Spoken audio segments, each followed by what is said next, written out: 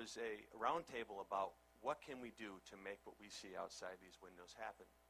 And I listened very impressively to Senator Clinton talk about all the things that we needed to focus on to build the wonderful life science ecosystem that we see today.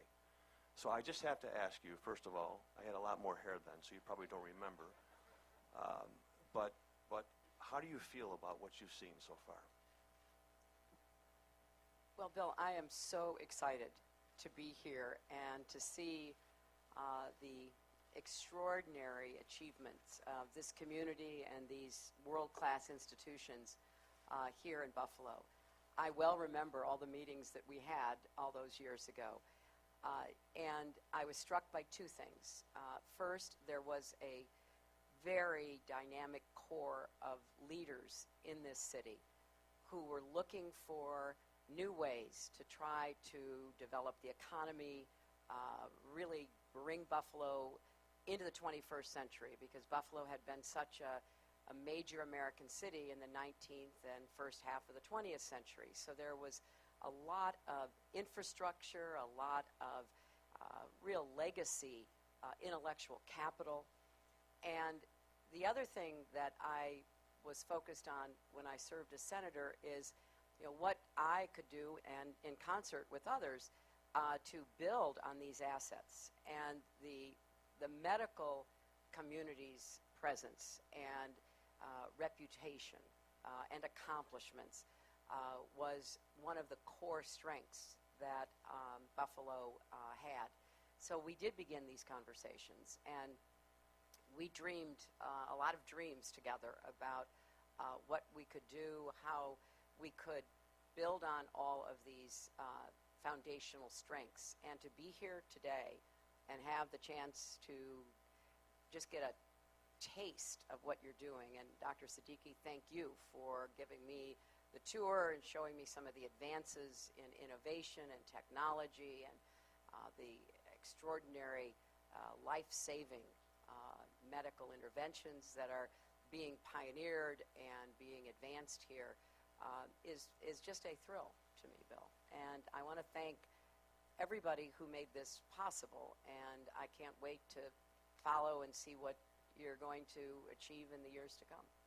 Thank you. I specifically remember you talking about the hardworking people of Western New York, and I think, the commentary and the discussion that we had at length that day about how industry will come, that jobs will be created if we can just harness the strength to innovate here, and that's exactly what has happened. I'm curious to know, just from you, Dr. Clemens, how do you, you're a very talented researcher. You can be anywhere. What is it about Buffalo that you see going forward that creates this enthusiasm for you and your colleagues at Athenex? Thank you very much. Secretary Clinton, welcome. It's great to have you here. I came here in 2000 from Philadelphia via Iowa. Yes, it's true. The weather's about the same, to be honest. The wings are much better here, so much better. I joined Roswell Park. Very, very fortunate to be on the faculty at Roswell Park Cancer Institute. And 2008, I came to a bit of a crossroads in my career. And at that time, Athenex Pharmaceuticals, which was originally known as Kinex Pharmaceuticals, was just starting. It was actually just one of the smaller companies on campus that was great potential, spun out of technology at the University of Buffalo.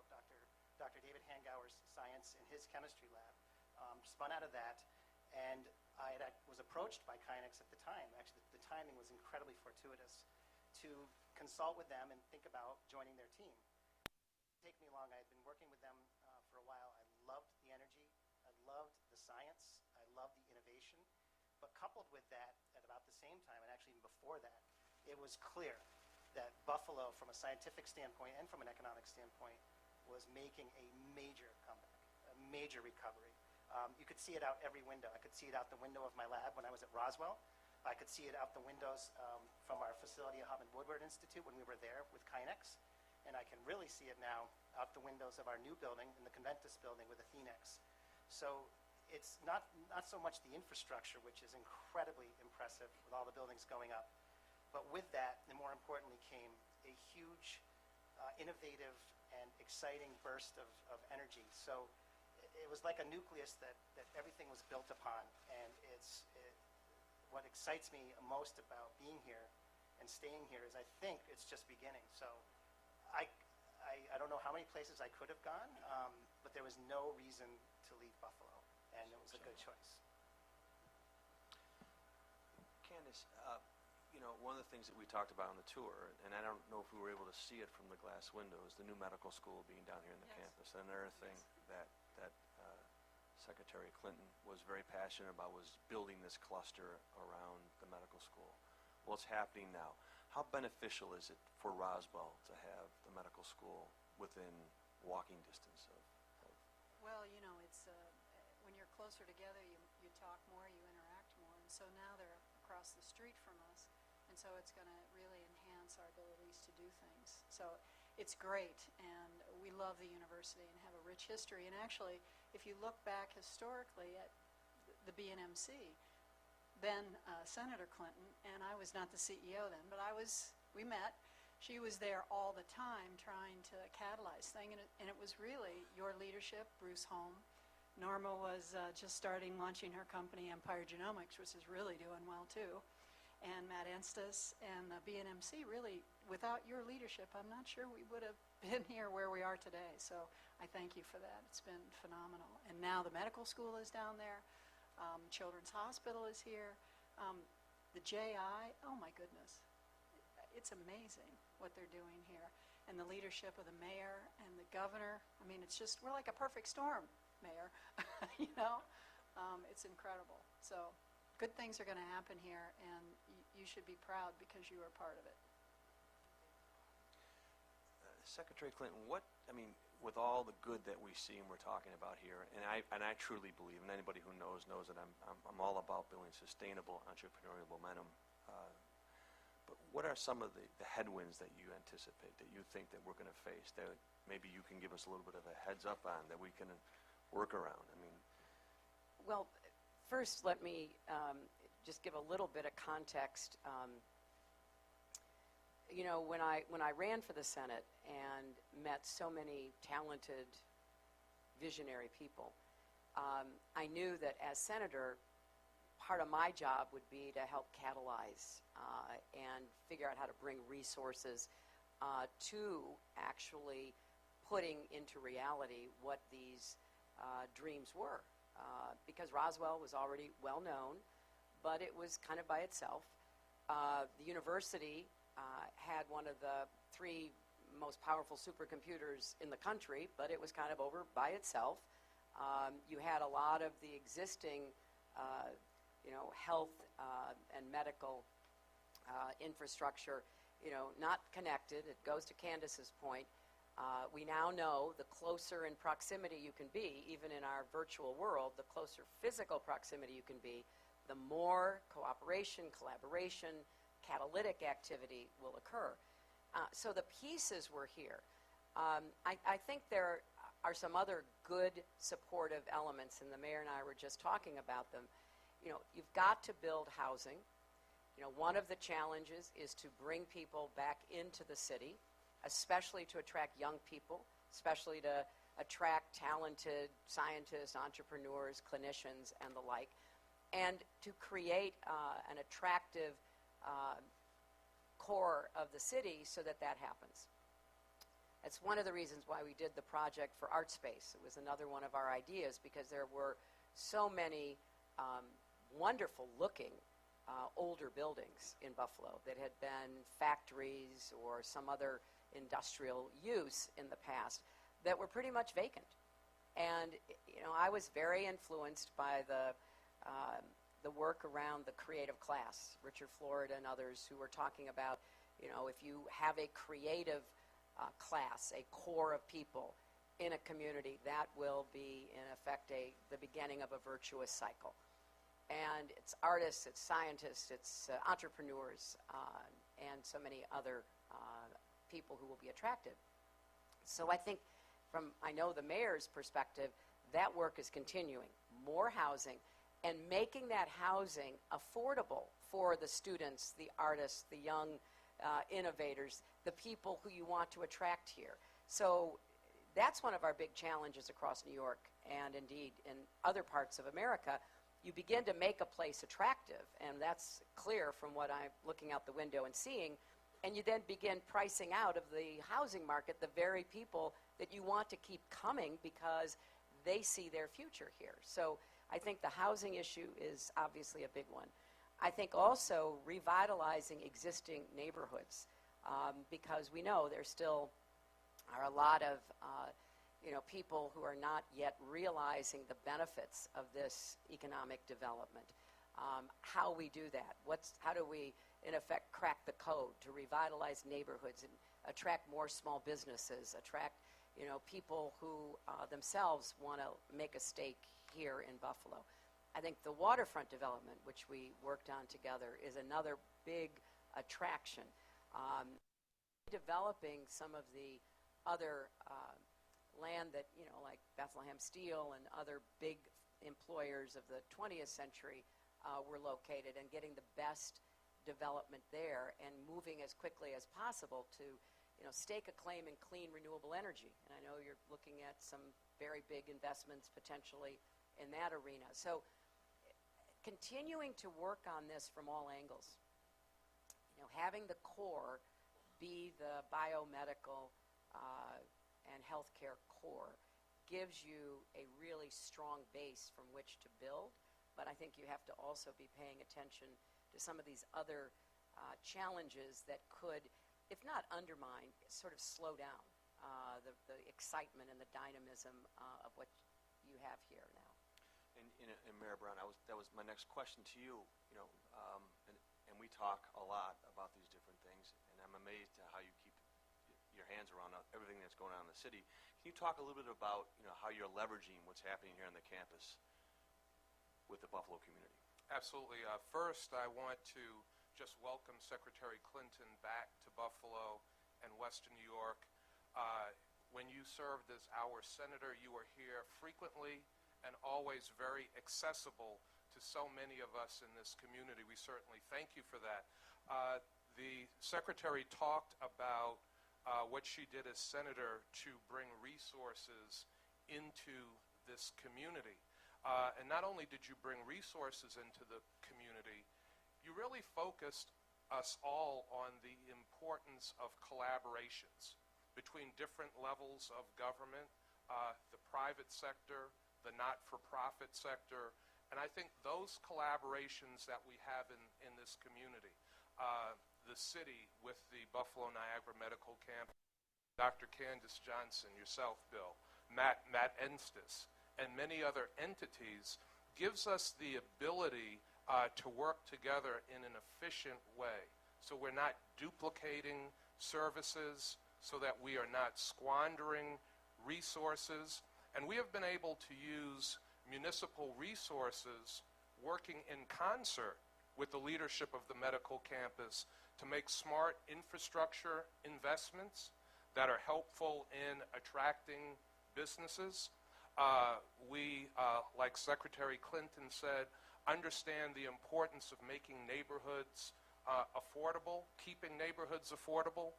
So we focused on cutting taxes in the city of Buffalo, cutting the property tax rate by 16%, the commercial tax rate by 32%, using resources from the federal government that then Senator Clinton was very helpful to us in being able to secure, to leverage affordable housing in the city of Buffalo. So now, since 2006, we have used about $30+ million of federal funding to leverage almost 2,000 units of affordable housing in the city of Buffalo, and the medical campus has been a very important part of leveraging resources to create jobs and opportunity for the people of this community.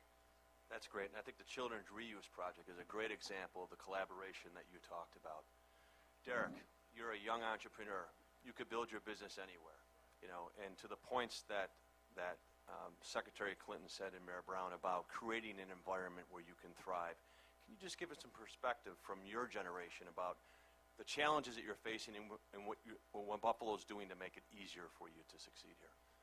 Well, I'd first start off, I'm from Brooklyn, New York, and I came up here to college to go to UB.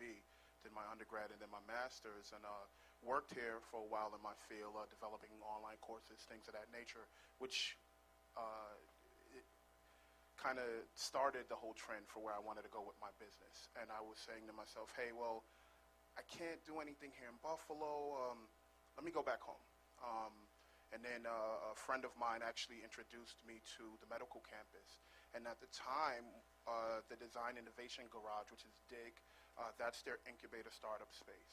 They said, come down here, we'll get you a free pass. And from there, it's been awesome. I started to bet on Buffalo. I said, you know what, let me stay. I had to ask my mom first, you know. So I said, let me stay. And from there, you know, I started my company, the Apple Tree Agency. I'm passionate about education, passionate about technology. And one of the space that I wanted to move in was mobile learning, where we have brick and mortar, we have online, but we have nothing that's really dedicated to mobile learning. So I got a co-founder, and we said, hey, let's start our business. And it's called Graspy. We're about to start the prototype in May 1st, and it's truly innovative education. So we wanted GRASP, so grasped onto learning, and IE for innovative education. The medical campus specifically provides resources. It provides a place for you so you can be around other entrepreneurs. One of the biggest things since I've been there, 43 North came to the space. And to be around entrepreneurs who are already, you know, steps ahead of you, it's like, hey, I'm seeing it. You know, so it's not a dream it's not attainable, but I can just walk out and say, hey, how do you do this? How do you do that? You know, and for somebody like me or any other entrepreneur who's new to it, it's exciting. You know, it's something that we can look at and say, hey, you know what? Give me about 8 months. I'll be where you're at. You know, and that's truly what the medical campus, what Buffalo has done.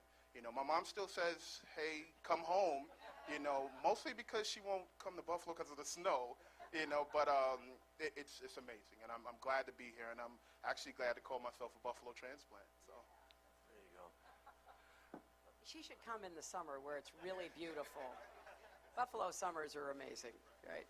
We've had a great winter. Everybody from Buffalo would agree with me, right? I don't know where this cold weather came from. I'm really sorry about it. It's been great. Secretary, do you have any questions for us? I mean, certainly I'd like to give you that opportunity. Well, I guess I want to return the favor in a way and ask all of you, so what do you see the challenges as?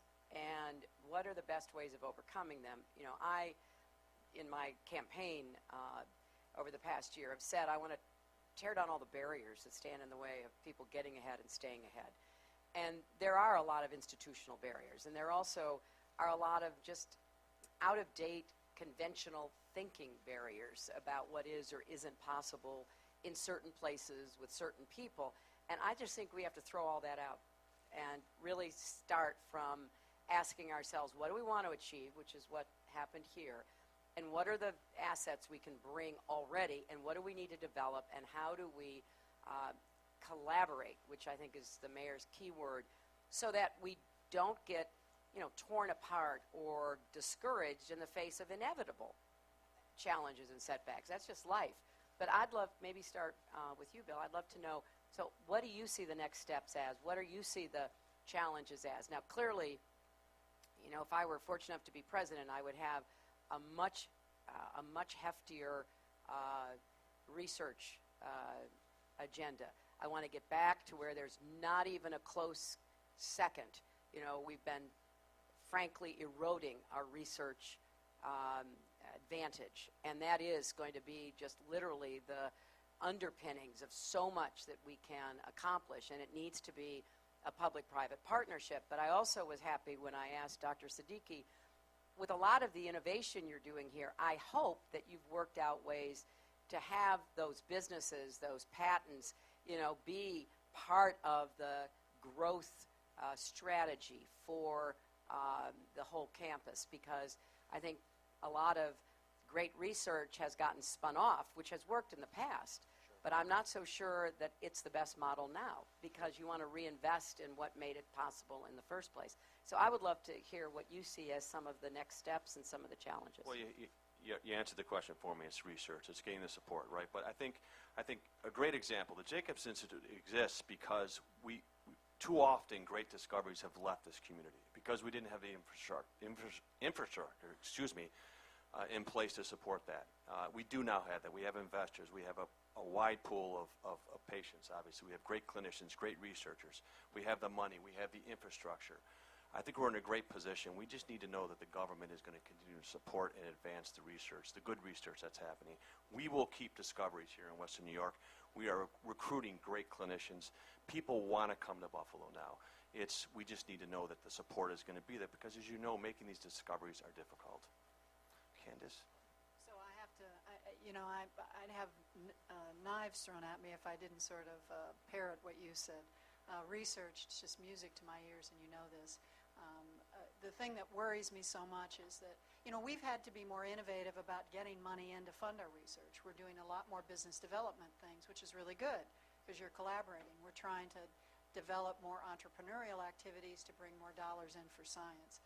But the fact remains is that investigators, clinicians, they have to get federal funding. It's the mark of your peer-reviewed process. And so to have such limited funds available, these innovative students that are sitting behind us, they may leave science or medicine and go into other avenues because it's very challenging. So I know that about you, but we really need to turn this country around because other countries are going to go past us. Well, that's exactly right, and that's one of the challenges I see, that if the federal government doesn't appreciate the role that federal dollars in research plays in job creation and in new discoveries that transfer into technology and devices that can then be exported, and we just can see a very clear line between those research dollars and the outcomes. And it was a great setback when the Congress did an across-the-board sequester of money. Because what you're saying, Candace, actually happened. We had labs closing, and who was asked to leave? It was the younger investigators, the younger scientists and researchers. Their labs were shut down. They were let go. And, it's just so counterproductive. And you come to a place like this, and you can see the patient, deliberate planning and finding resources wherever you could from private and philanthropic sources as well as government, particularly the federal government. That's the combination that actually works. And, I am a great believer that our best years can be ahead of us in our country if we have not just the confidence and optimism and recognize what lies ahead if we pull together and collaborate, but also if we tend to the steps necessary to get us there. And there's no substitute for that research. And you're right, too, that other countries, the global economic slowdown has to some extent slowed down some of the most ambitious plans, like Singapore to turn itself into the life science capital of the world. But we should not be lulled, because if the economy does pick back up and lots of countries once again have those resources, they're going to keep coming at us when it comes to research, and particularly in the life sciences broadly interpreted. So we've got to stay ahead of this, because I think now, Norma, there's 12,000 jobs on the campus, right? And 100 businesses that have been catalyzed by what's going on here.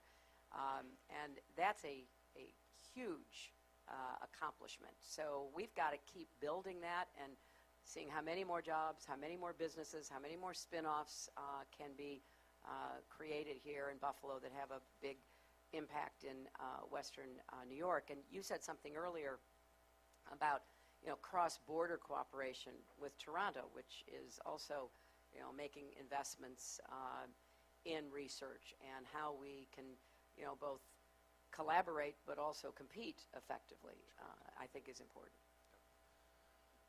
Derek? Well, for me, being a young entrepreneur, I guess I would say support for minority and women-owned businesses. If you look at it, playing field isn't quite leveled. And here in Buffalo, again, I bet on Buffalo, and I'm going to stay here and build up my business here. But at the same time, I want to make sure that everything that happens, we're supported. And it's needed, because especially in the tech field. If you look at minorities starting tech companies, the percentage is not that high. And then if you even transfer that to women, it's the same way. So I would love to see more support in increase in resources, increases in funding, and that would definitely open the door for a lot of people. And I work with some young kids as well, too. So when they even hear that I'm doing something in tech, the first thing is, really? We can do that? And what do you mean we can do that? Of course we can. You have to align yourself with people who, organizations that can help you, so that's my thing. You are 100% right, and in every one of my speeches, as the press who have to follow me around can tell you, I always talk about small businesses, because that's where up to 75% of the new jobs will come from, and minority and women-owned small business, and particularly within those categories, young people being able to start and grow their business has to be a focus of a lot more attention and resources and mentoring and innovation centers like the one here, so that, as you rightly say, you can walk out of your office, talk to somebody, and ask for advice, and get a real good hint about what you need to be doing. And we have fallen behind in small business formation in our country over the last decade for a lot of reasons. Some of it the Great Recession, because just like with the scientists, the first people not to get funded are minority, women-owned, and young people who want to do startups, who want to become entrepreneurs. We've got to reverse that, because most great discoveries and most great businesses really start from people beginning young like you are, and having the support to really keep going and understand what you have to create. And I think we know venture capital does not come forth for minority and women-owned businesses. We don't have the credit. Maybe that's one of the other challenges, is how here in Buffalo you could look at some creative credit mechanisms that would be aimed at young people, minority, and women-owned small businesses, because I do believe that's a niche that we've got to pay more attention to. Right now, we're not doing as much as we should, and I think there are a lot of great ideas that could come to the forefront. And the other point I wanted to make, too, when you said you worked with young people, thank you for that. One possible additional innovative program is how to do more with junior high and high school kids in Buffalo, how to run maybe some computer coding camps or academies that would be looking for smart, innovative kids, whether or not their grades were particularly good. Maybe they spent a lot of time playing video games, but actually that might put them in a pretty good position to take advantage of a computer coding academy, and really try to link a lot of the STEM work that's done here at the campus with the high schools and junior highs, and do more to really single out or identify kids who take advantage of that. Secretary, it's funny, we've had over 700 kids last year. I don't know if there's anybody from the JI that can verify that, maybe Karen, Dr. Siddiqui. Over 700 kids come through to do just that. Merritt, comment on the challenges? First of all, I want to just commend Secretary Clinton for her focus on minority and women-owned businesses and small businesses, critically important to moving this country forward. And I want to thank Derek for raising that question. In Buffalo, we have certainly worked hard to build a city of opportunity for all people. One of the things that the medical campus and the city have done together, Secretary Clinton, Matt mentioned the Ellicott Goodrich garage that the city and the medical campus have negotiated a long-term lease on. One element of that long-term lease is a community benefits agreement that focuses on the participation of minority and women-owned businesses, minority and female workers, and city residents. So the medical campus, the business leaders in this community are supporting that. That's critically important. And I guess I should be exclusively focusing my time to talk about barriers, since we are at the medical campus, on scientific things. But I do want to say, you are someone your entire career that has been breaking down barriers for other people. I want to thank you for that. As a mayor, I think it's important to have more investment in public infrastructure. And we have seen with infrastructure resources and investments that we have made, that there is a multiplier effect in the private sector, where the private sector comes in and then makes more investment, and that gives us the ability to create jobs and put more people in our community to work. Wonderful. Last but not least, Dr. Clemens. Thank you. Actually, I think everything that came to my mind was just hit upon. Phoenix has done very well with the support of the local government and the state government, very well, and we continue to do well.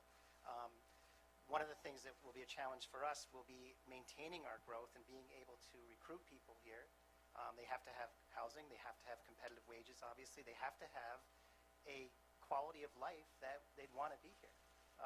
And that's one challenge. Fortunately, it's going so far so good for us. But the other thing I think that's really important is to come back to basic research. So I go back to my basic research roots. Like Dr. Johnson, I'm thrilled to hear of more commitment to federal funding, because the paradigm of academic versus pharmaceutical and this great divide is completely broken down now. The new paradigm is a close collaboration between private pharmaceuticals and small, highly innovative academic labs.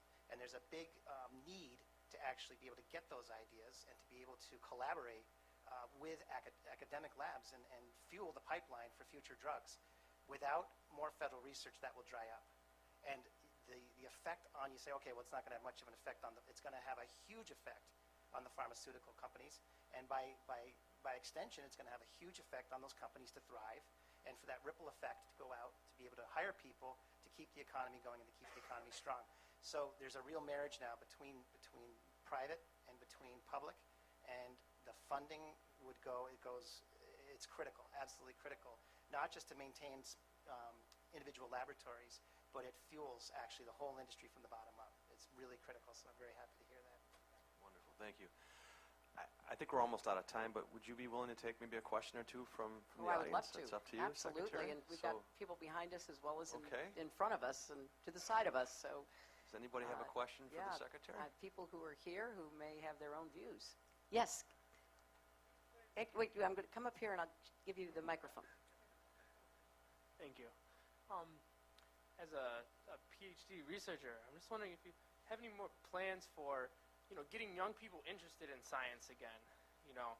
When I was young, that was like a huge thing for me, but I don't know. I kind of feel like it's kind of fallen off for younger kids now. Well, I should really ask you and some of your colleagues, what are the best ways of doing this? But, we do have to have a very robust pipeline in the STEM subjects that we encourage, support, convince young people to go into. And I think there are lots of things. I mean, obviously, their exposure in elementary and secondary school plays a big role. Is science something that is presented in a way that makes it seem like it's exciting and it has a future? Is it absolutely the case that there will be a level playing field? Or is somebody who looks like me or somebody who looks like Derek sort of shunted off to the side and say, well, we better, let's concentrate on other people for the STEM subjects? So we do have to break down some of the educational barriers that stand in the way of every school having that core science curriculum. And if they can't provide it within the school walls, how do they provide it virtually, online, mobile, whatever it might be? And I think that we have to reconfigure how we teach science and how we make science exciting and attractive to people. And again, I would stress everybody, particularly minorities and women, because what happens in both cases, and there's a lot of research for this, is that a lot of discouragement sets in early. And the culture in classes as you get further up the scale, maybe the end of high school, certainly into college, getting into the job market, that there are subtle and maybe not so subtle signals being sent to women and minority students or candidates or employees. And this is a problem we're still struggling with. So, I mean, to see somebody like Candace head the Roswell Center is a big deal, because it's a strong message that stick with it. Merit works, hard work pays off, but we've got to have a big safety net so that young people don't get discouraged. And I want Candace to respond. But the last thing I would say about this is, we actually have fewer women today graduating with a degree in computer sciences than we did 30 years ago. So something has gone awry. And part of what's gone awry is the kind of messages that young women get, particularly in the tech world.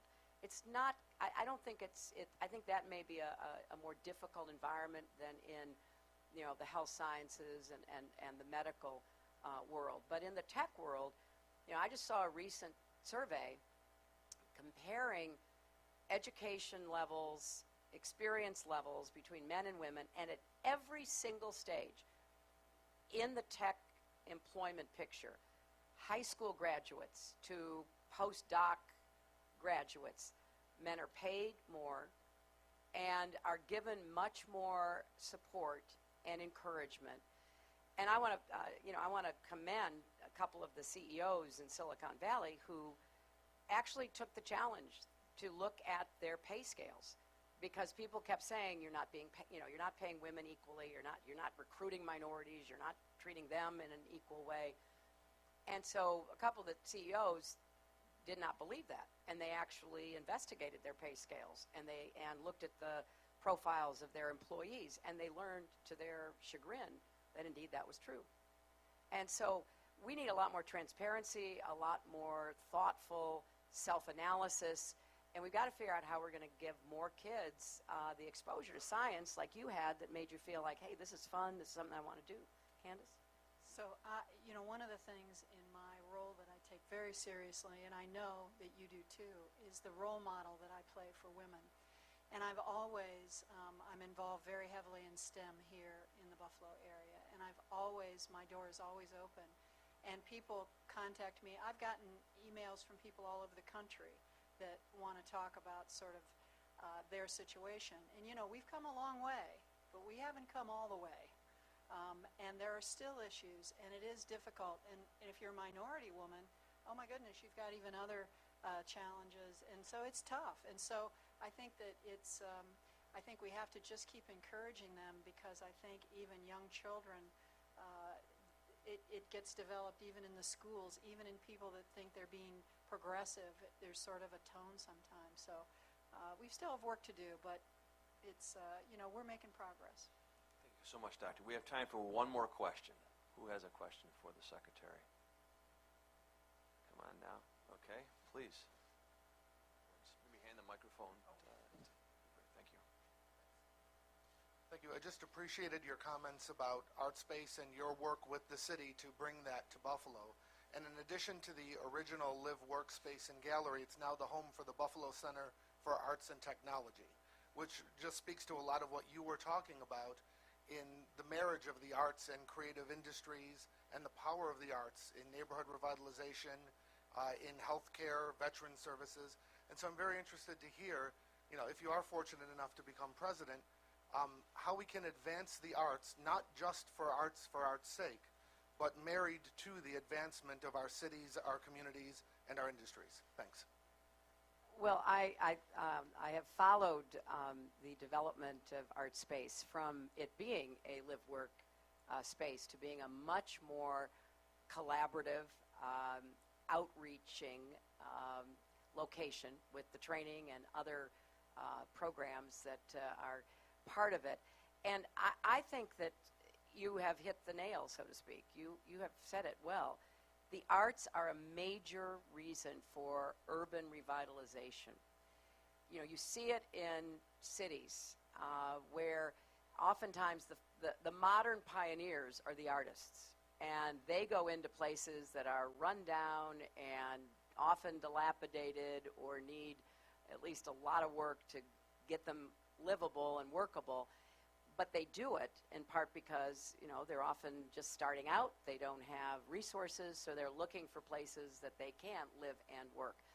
But if they are successful and if they are supported in their efforts, you again see another anchor in neighborhoods, so that then the coffee shops come, and then the retail comes, and then, you know, more housing comes. And what is a real advantage of a lot of our upstate New York cities is that we have this highly developed physical infrastructure.